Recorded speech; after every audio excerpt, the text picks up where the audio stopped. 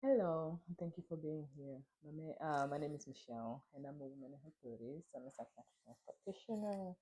I'm a single mother. I'm an immigrant from Cameroon to the US. So it's been over 20 years. Um, and I love to travel. I like to think of myself as a forever tourist.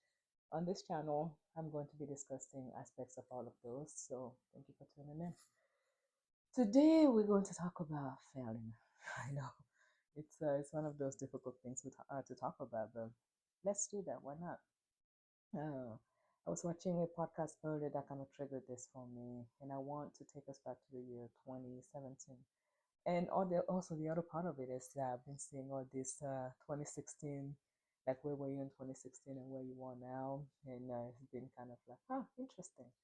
2016, where was I? I was working as a bedside nurse in the ICU. I was working night shift. I got engaged in December 2016.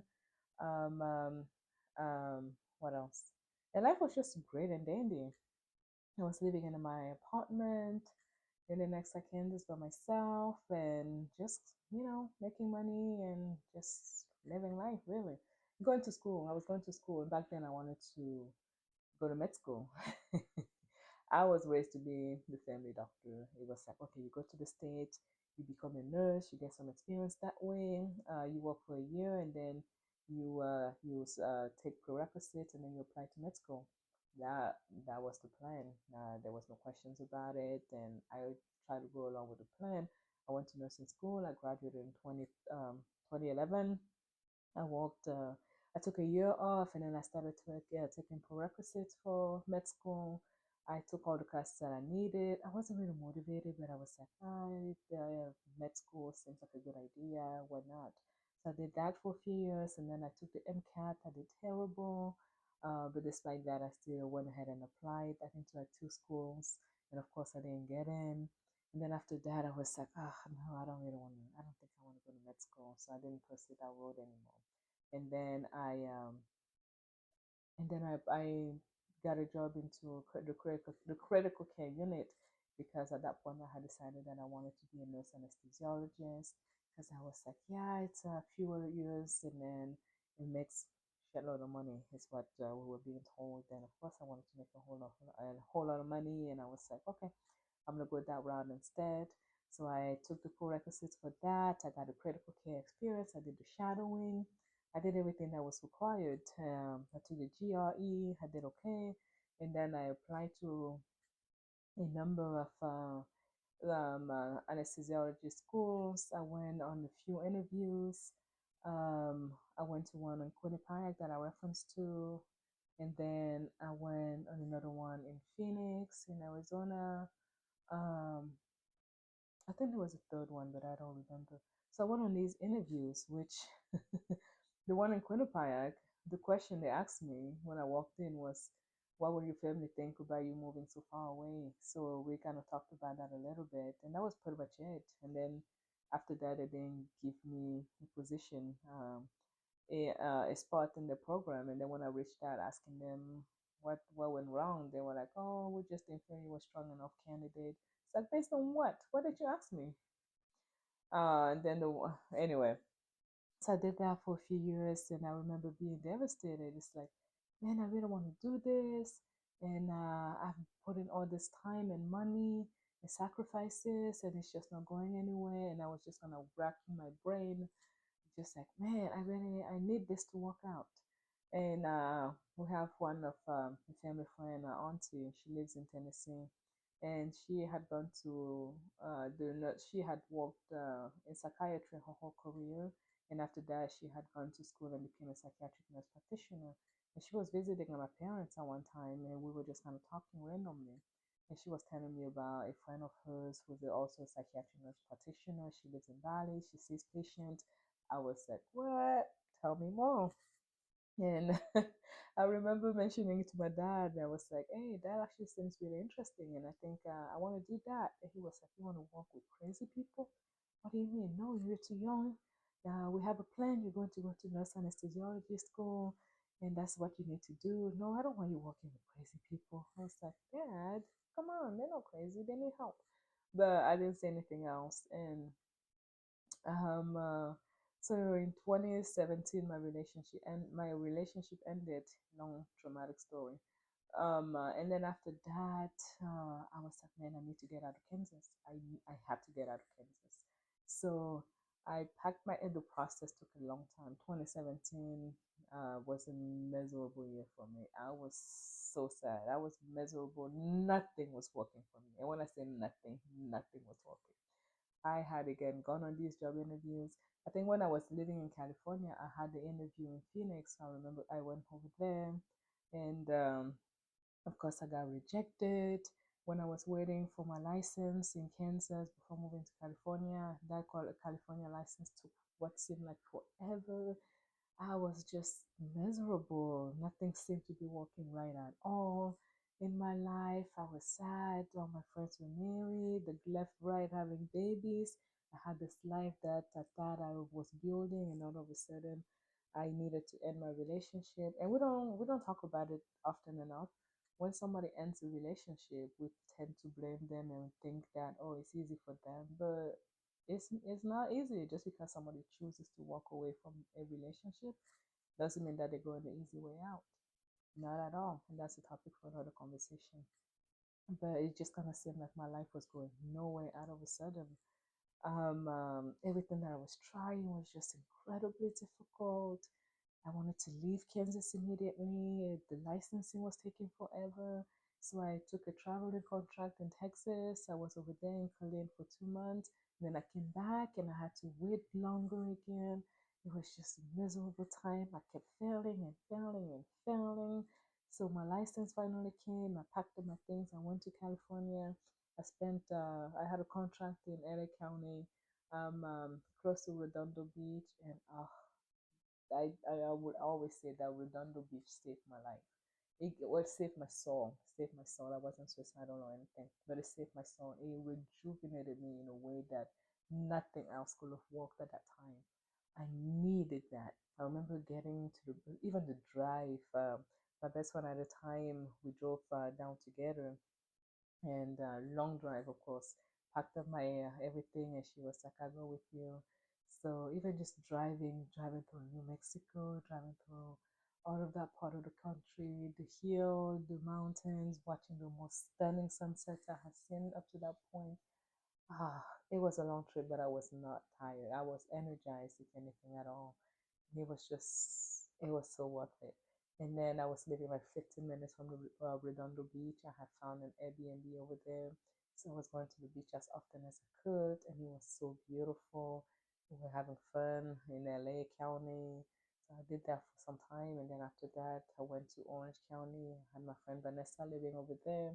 We lived together for a little bit, and then I got another contract for up north, which was paying better. Um, and so I went up north, and I was at Stanford for a few months.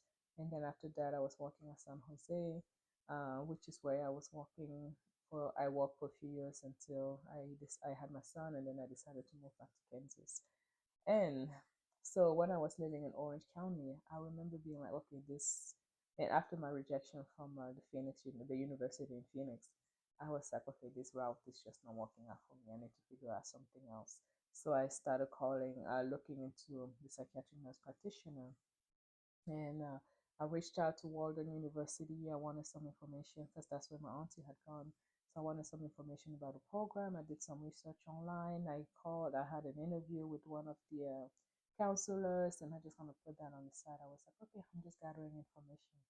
And then my push was when I found myself pregnant, wasn't planned. So I was like, man, I can't keep doing this whole 12-hour shift. Because when I had a baby, what am I going to do? I don't feel comfortable leaving my baby for 12 hours, 3 days a week, leaving when he's asleep and coming back when he's asleep. That was not the life that I wanted for myself. So I was like, something's got to change. So I went back to Walden. I started doing all this research again, and I enrolled in that program. I got in immediately. I had good grade. I mean, not med school grade, but good grades, right? I was A and B average student. But I got in immediately. As soon as I found out that I was pregnant, I started taking classes. So throughout my whole pregnancy, I was going to work, coming home, studying, and just kind of hustling in that way. And during COVID, I remember well, during COVID, my baby was born is born in October 2019, and I was on maternity leave.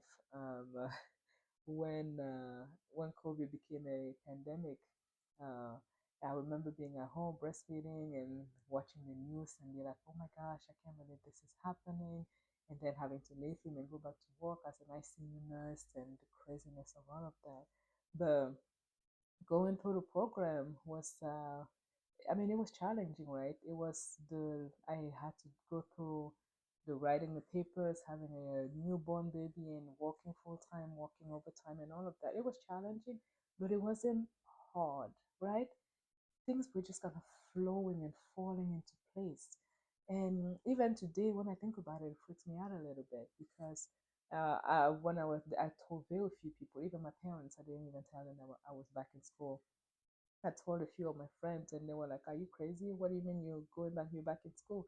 You're about to have a baby, and but you're going to be a single mom and you're going back to school. What?" I was like, "Nah, this is what I need to do because this life that I'm currently living, that's not what I want to offer my son. I want to have more flexibility. I've always wanted a career that I could have the flexibility to travel if I wanted to. And with nurse anesthesiology, it will not. I mean, with the money that I would have been making, I would have been able to afford that lifestyle from what I hear. However, the long shifts in the OR, being in that freezing environment, and they talk about it being low stress, but also being incredibly boring, just kind of sitting at the head of the patient.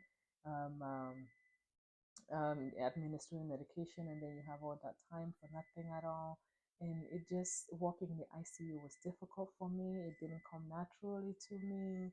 I was not the best ICU nurse. I can be the first one with that. I mean, I did the best that I could. I had the caring manner, but the skills themselves, they were lacking in a way. I'm baking. That's gone off. But it just be as a psychiatric nurse practitioner, it just kind of flowed. And I went through the program with it being difficult, but I could understand. I was passing the classes. I passed the exam on the second try, and then I started this life that I am so grateful for. If I had to work as a in the OR as an anesthesiologist, I mean, I don't know what that life for sure would be like, but I know that the path that I have right now, I think all the failures that I had back then was just God kind of readjusting it, changing my plan and thinking and just trying to show me that He had a better path for me. Um, um, I get to work remotely from home. I've traveled a few times and work remotely while doing that. As a single mom, I can adjust my schedule and drop and pick up my son when I need to. When he's sick, he can stay home with me when I'm working. He's playing downstairs, and then I go check on him whenever I can. And it's worked so much better for me.